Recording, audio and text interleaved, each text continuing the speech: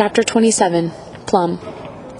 What happened next was something I could never have predicted, but it would change the course of my life forever.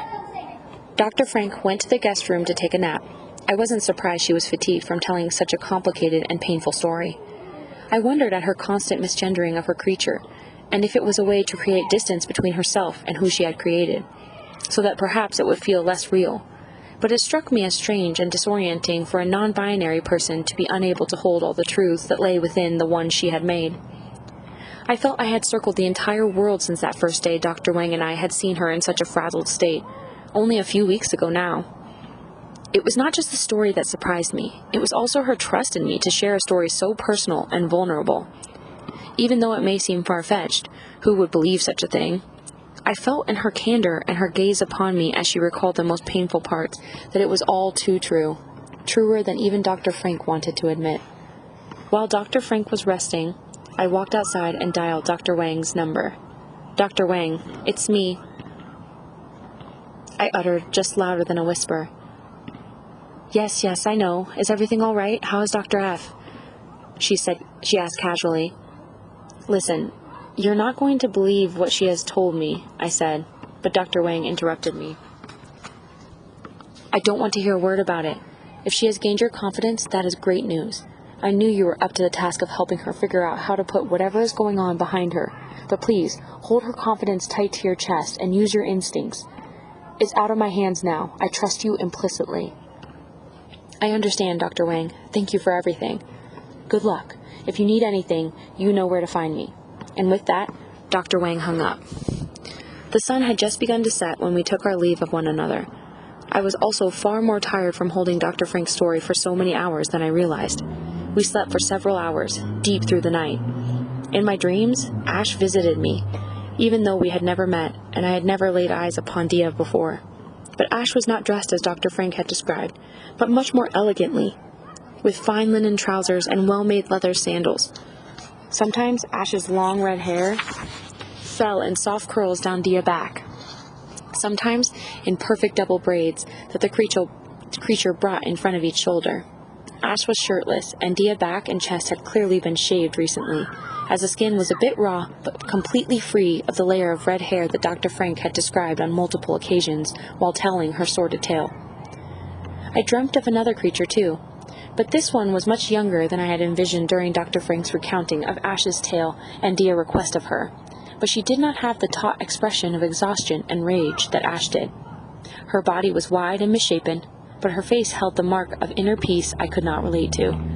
Her hair was of deep auburn that fell far past her bottom, the way Ma's still appears to me in my dreams, from a memory of so many years ago. They approached one another, Ash and the smaller, softer creature with a much more feminine embodiment, and held one another for what felt like hours within the world of the dream. I could feel myself smiling through the fantasy my subconscious concocted. But my smile quickly faded. As they held one another, suddenly the smaller creature began to gradually melt, as if struck with fire, and to shrink in such hideous colors and distortions until she was no longer, and Ash's arms were empty of any flesh. Dia wailed in deep agony, and I could still hear the sound reverberate in my ears as I quaked myself awake, my arms crossed, hands gripping my biceps, trembling in fright. The sweat covering my chest and arms was ice cold, even though it was balmy outside, and my apartment had been cool just hours before. Dr. Frank gently tapped at the door to see if I was all right. I told her I would be right out, and tried to compose myself. I did not want to let on that I was so unsettled by her story that my sleep was overtaken by nightmares. I was afraid if I was too obvious how disturbed I was, she would take it personally, or not tell me what happened next. I was riveted, and I wanted to know whether or not she did indeed finish her creature's request. When I came out into the living room, Dr. Frank was sitting on my meager vintage pattern sofa I had found at a local thrift store at the beginning of the internship. Her hands were clasped together, sandwiched between her knees. Her skin was of paler shade than before, but I wasn't that surprised by the change, as I'm sure to retell such a story must have opened all those old wounds again. But there was something else to her demeanor. I couldn't put my finger on it. I didn't have to wait long to find out. "If you don't mind," Would you finish the story? I asked delicately, nervously looking in my lap. Did you end up fulfilling Ash's request? I imagine that it must have been a difficult undertaking, to say the least. How did it all turn out? Dr. Frank cleared her throat and didn't speak for several minutes, leading my mind down a million possible paths of conclusions and anxieties. Actually, that's what I wanted to talk to you about now. Oh? I tried to respond nonchalantly, but the words caught in my throat, dry-mouthed and terrified. What on earth could she mean by that? I want to first start off by telling you how much I appreciate your kindness and generosity these past few weeks, and your tender spirit. I can tell that my story had an impact on you, and that means quite a great deal to me, Dr. Frank said. Oh, of course. I'm so sorry for all that you've been through, I responded with a smile, unclear of what was ahead. The reason I have not been able to fulfill this request is because I have not found a proper surrogate. I have been looking for the right person. As you can imagine, it's not easy to find someone who will treat this situation with the delicate nature it requires. I have been looking for a young person who knows enough about science so I wouldn't have to spend so much time explaining. I nodded slowly. Yes, I can only imagine that it would need to be the perfect person. Exactly.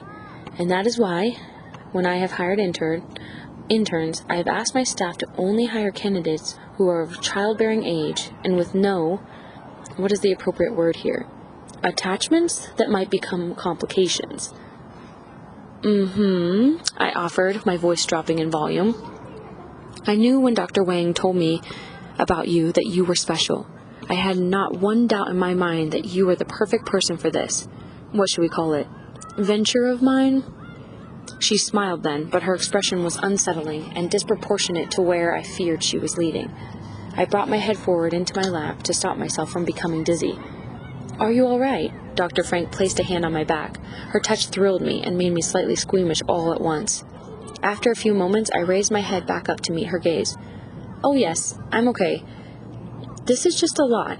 Is this why I was asked to care for you? I mean, it's fine if it is. After all, you're the head of the company, but did you set me up? Was what happened to you in the lab a setup? It was scary to accuse someone I admired so much, who could take away everything I relied on to survive, but I couldn't make sense of all that had transpired to lead to this point. No, don't be silly. I'm no actor, she laughed, and I giggled half-heartedly. I have been in such a state because I was losing all hope I would find someone to help me do this. And of course, I just simply have too many duties here to carry the child myself. Besides, I'm much too old now. Too much at stake. I nodded. Do you think that you would be up for it? You would learn about this work in 9 short months. More about this work in 9 short months than you could learn in 10 years of research. And, of course, I would quickly teach you all that I have learned over the course of my life so that you could proceed with any position you ever dream of in this field. I would recommend you for whatever lab you seek to work under. Mine would obviously be available for the taking if that's what you desire. Up to you. I couldn't help but hear the words echo the story she had told me. How she said the same thing to Ezra before rejecting his marriage proposal. It was odd and disorienting to suddenly be thrusted from listener of a story to participant. Being asked to carry Ash's companion was such a shock that my mouth dropped open, my breath caught in my stomach. If the situation had shifted only ever so slightly, this moment would have been what I dreamed of. But instead, it was more like a dream and a nightmare intertwined, like lovers or the trickiest sort of enemies. I know it's a lot to ask. I understand if you don't feel comfortable to embark on this with me. Of course, it would require your absolute confidence, your most thorough work.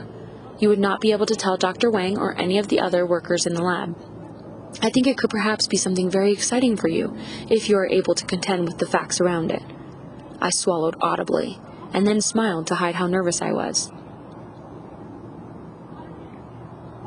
I know you aren't aware of this, but I've been studying your work in the lab for some time. And so, yes, you're right in the sense that it wasn't an accident that I would end up here recovering from my terrible tragedy with you as my nurse, so to speak.